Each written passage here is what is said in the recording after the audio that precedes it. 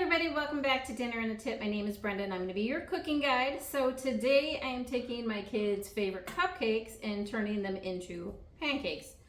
And what is it, their favorite? Red velvet. So, and then we're going to do an amazing cream cheese sauce with it. And then make sure you subscribe because we've got a couple other breakfast things coming up. We're going to do apple strudel pancakes. We're going to do French toast with crusted Fruity Pebbles. We also have another French toast. We're going to actually do a Hawaiian French toast with cooked bananas and pineapple, and you're not going to want to miss that. So to do homemade pancakes, it is so easy, and you wouldn't. And the great thing about this is you can go ahead and actually make a big batch of this, so you don't have to go through this every single time. But to go ahead and get started, we are going to do 2 cups of flour. We are going to do 3/4 cups of just regular white sugar. And I love these pancakes because they turn out so big, so light, and so fluffy. Next, we're going to do the baking powder, which I always need to double check to make sure I'm getting the right ones. Hang on. Okay, so baking powder is what helps make this rise the most. So we are going to go with 4 teaspoons of this. And just try to level it off as much as you can. If it's a little more, the world won't end. Next, we're going to do the baking soda. And we're just going to do a 1/4 teaspoon for this. This is just a small little amount. And a 1/4 of the salt as well. So to make red velvet cupcakes, it's all about the cocoa. So we're going to do 2 tablespoons of the cocoa. And I'm just using Hershey's chocolate. If you have some better premium stuff, you certainly could add it. All right, so we've got flour, sugar, baking soda, baking powder. So we're going to give this just a quick mix. And then we're going to add our our wet ingredients. So for this one, I did go ahead and separate our eggs. So what I did, the secret to fluffy pancakes is going ahead, separating your eggs and getting your egg whites fluffed. So we're going to go ahead and do 2 eggs. You could use regular milk. I have some buttermilk that I wanted to use up, so I'm going to do 2 cups of buttermilk, but regular milk is fine. And then next up we've got 1/3 cup of oil.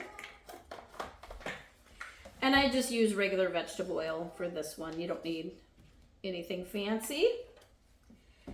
And then my next thing is I always do vanilla and almond in my pancake. It just gives it an extra little fun flavor. So I got vanilla and almond. And then I think we have everything we need. So I'm just going to give this a quick mix.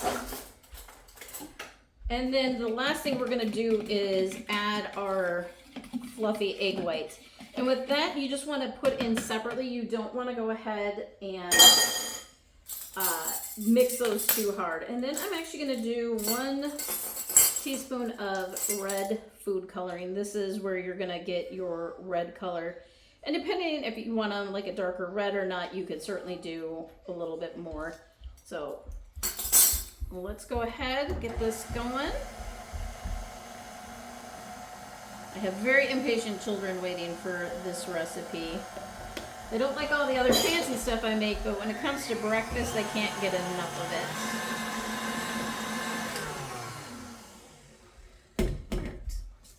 You just want to go ahead and scrape down your bowl because you've got that cocoa powder is kind of sticking to mine. So here's the red. I think I'm going to go ahead and add just a little bit more red. I want to get that darker red color in here. And honestly, if you have people that aren't good with the red food coloring, you can skip that. The red food coloring doesn't bring anything flavor-wise to the pancakes. It only just brings color. All right, so that is the color that I'm looking for. And And I'm just gonna go ahead and put these in. Do not use your mixer when putting the eggs in. You definitely wanna just kind of fold them in.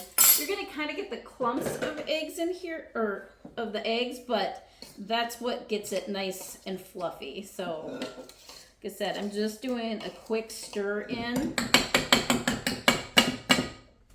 I'm gonna probably just go ahead and use our mixer on this, or a hand scraper. All right.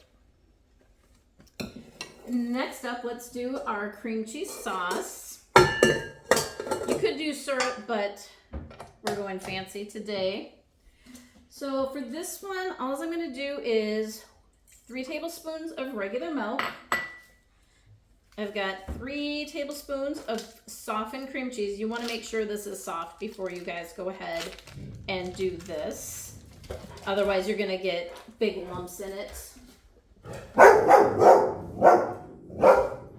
And there's the milk.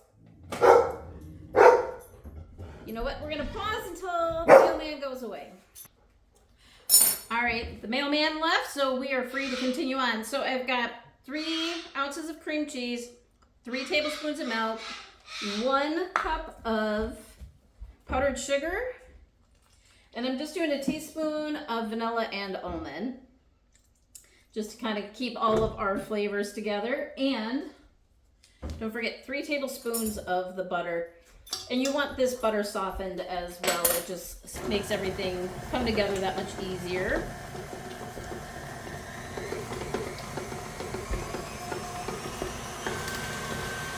I'm just going to mix this on high till it's all nice and creamy.